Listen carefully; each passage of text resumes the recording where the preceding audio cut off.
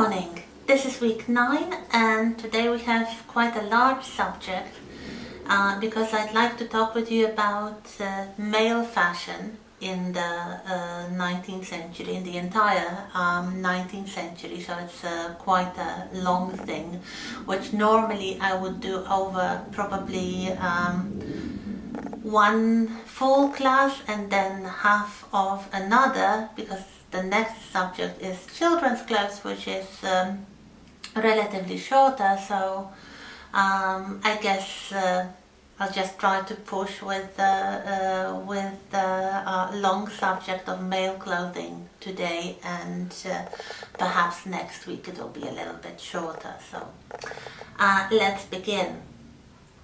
Of course, fashion and clothing and the etiquette of dress is not reserved only to women. Clothes are worn by everybody, and especially the social rules of appropriateness and politeness and the use of clothes as status symbols applies to both men and women. And it has always been like that. If you go back to the times before the 19th century, you will observe that men were very fashion conscious, and they would wear all kinds of things that by the 19th century had been more associated with femininity and the female dress.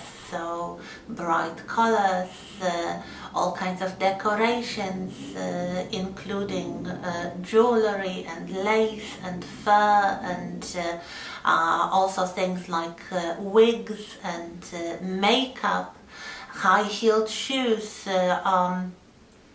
long garments rather than trousers, so all kinds of long tunics and coats.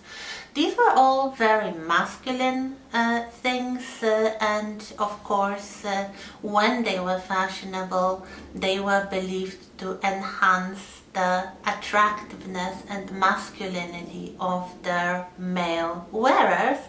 But around the time of the French Revolution, or shortly after the French Revolution, and basically at the turn of the 19th century, these things are changing, mostly because of the changing society and the growing dominant role of the middle class. So I hope you'll be able to observe it today. Until the end of the 18th century, so until the revolution, male and female fashions shared many things, especially in the richer sections of the society.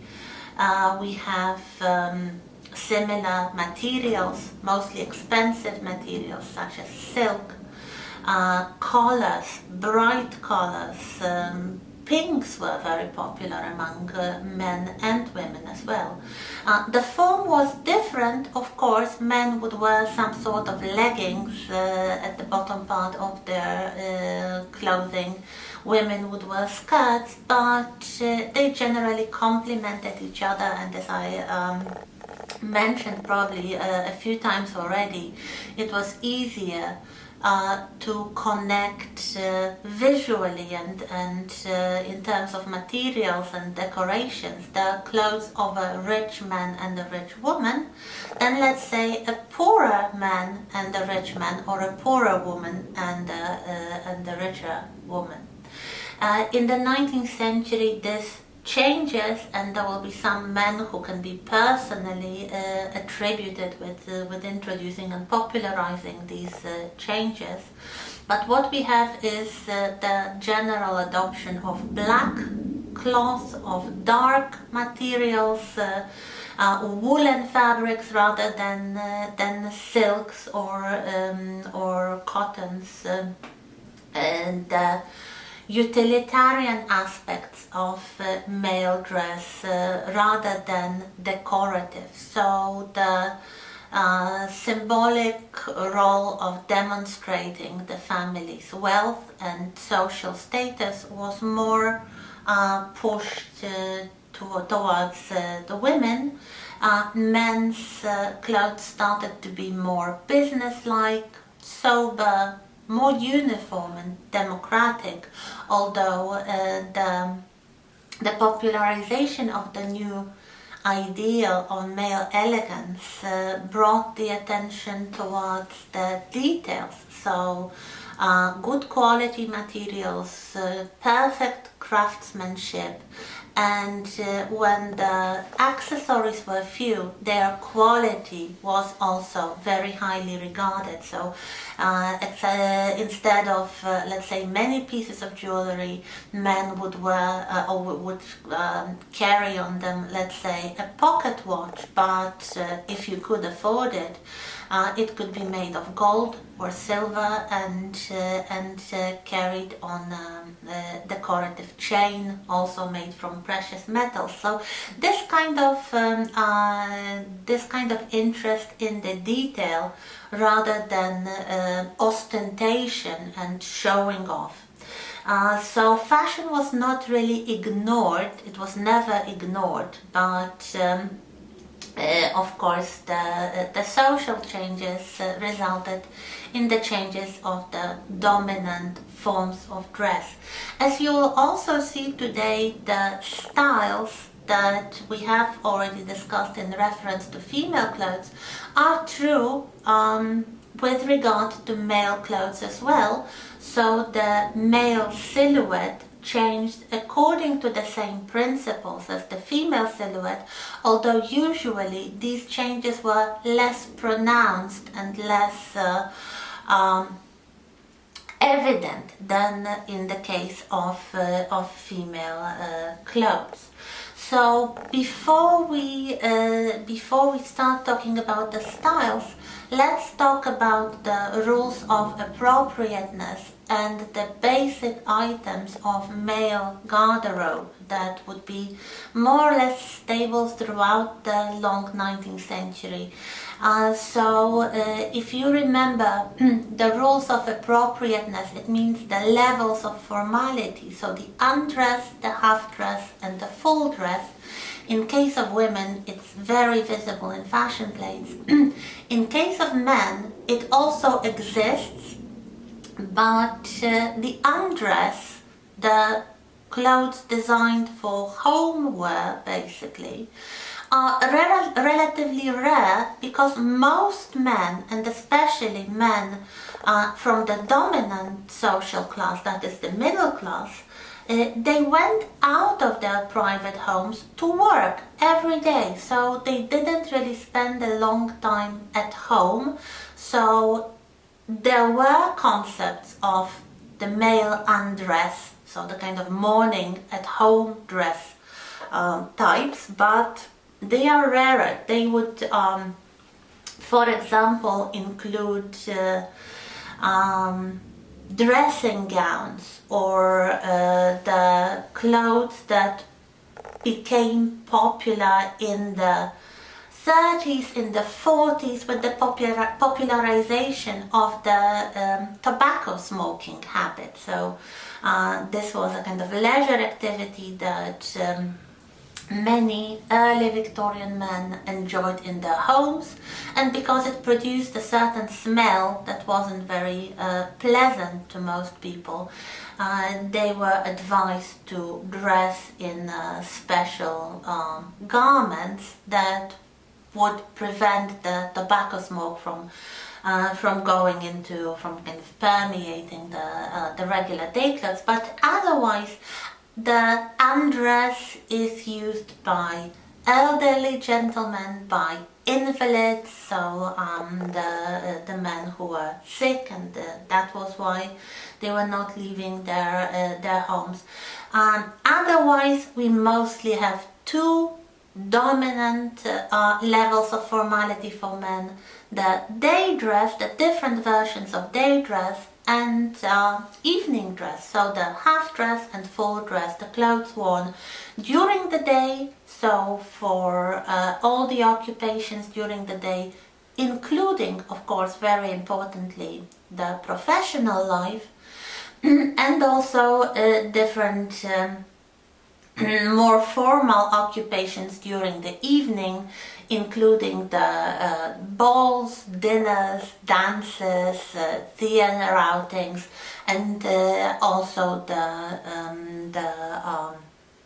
visits at the royal court. Then, of course, it would be most formalized. So what we have are these levels of formality, and let us now look at the foundation clothes for men. So basically, male outfits consist of 3 elements, and these 3 elements remain very stable throughout the 19th century. Some sort of leggings. So as you will learn in a moment, these could be trousers, but also pantaloons or breeches.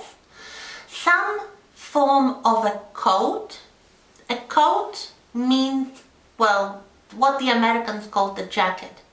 It's not the outer garment, it's the basic garment worn over a shirt and a waistcoat. So a coat could be in different variations. The most important would be the frock coat or the riding coat. We'll talk about them in a little moment. And then the waistcoat, so another layer worn on top of a shirt but below the coat.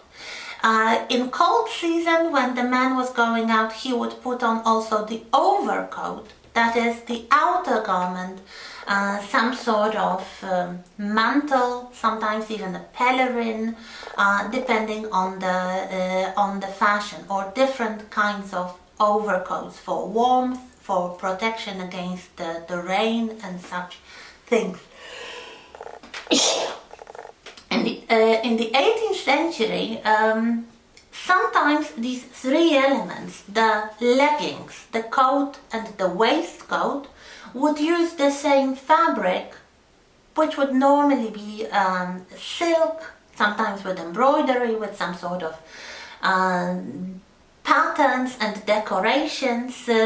In the 19th century, for a very long time, until the third quarter of the 19th century, these 3 most important elements, so the leggings, the waistcoat and the coat, are never made of the same fabric. They are coordinated, but they are not made of the same fabric. As you might recall from today's standards of male elegance, when you have a suit of clothes consisting of the trousers, the coat and the waistcoat, very often made of the same fabric. This is not 19th century style, especially in the first half of the century. We'll talk about it later today when it becomes fashionable again. Also, of course, there were all kinds of elements of underwear and accessories that remained very stable throughout the 19th century. So the basic element of undergarments was a shirt. A shirt was almost universally white, made of white linen or sometimes white cotton, but usually white linen. This wasn't a garment to be seen by anyone outside of a very private or even intimate circle. So if we have the scenes in costume films showing those sexy men in the 19th century wearing their shirts only, this is modern fan service. This has nothing to do with the 19th century. For the 19th century man being seen, especially by women, wearing only his shirt and the leggings, without the waistcoat and without the coat, was absolutely out of the question. He would basically feel naked. So no such things. Usually only the elements of the shirt would be visible, so the collar and the cuffs, they would be white, following the same principles of etiquette and importance of cleanliness as the female dress. They might wear some sort of underpants, although it's not obligatory, especially in the first half of the 19th century. This becomes more popular in the second half of the 19th century, so they might have some sort of underpants following usually the shape of the breeches or the trousers. They might even have something resembling the female combinations, so the undershirt combined with the underpants. This is something that you can sometimes see in Western movies. So those cowboys or frontier men wearing this kind of flannel combinations beneath their clothes, mostly for added warmth. They were living in harsh, cold climate. They were spending a lot of time out of doors, so they might wear this for added warmth. Perhaps also to keep the clothes cleaner. But in the early 19th century, this is not really a rule. Just as the female drawers are not the rule before the popularization of the shorter dresses in the Romantic period, and especially the crinoline in the 50s. So something to wear on the feet, of course, with the breeches, which were short, which were knee length. Stockings were very popular. This was a kind of undergarment that was worn forever by men. So they would wear the stockings with the trousers. Socks increasingly. They would normally, especially the stockings, be held in place by garters. They didn't have the rubber bands to prevent the stockings from falling down, so they used kind of belt-like inventions called the garters. What else? Some sort of neckcloth, some sort of neck decoration. In the first half of the 19th century, this is a big, like a handkerchief, which is carefully folded and worn, very carefully arranged around the neck. Very often white, more often than not it would be white and rather thick, so it would create the illusion of a thicker neck. In a gentleman, we'll talk about it in a little moment. Later on, the neckcloth develops into a modern necktie or cravat, developing in two ways.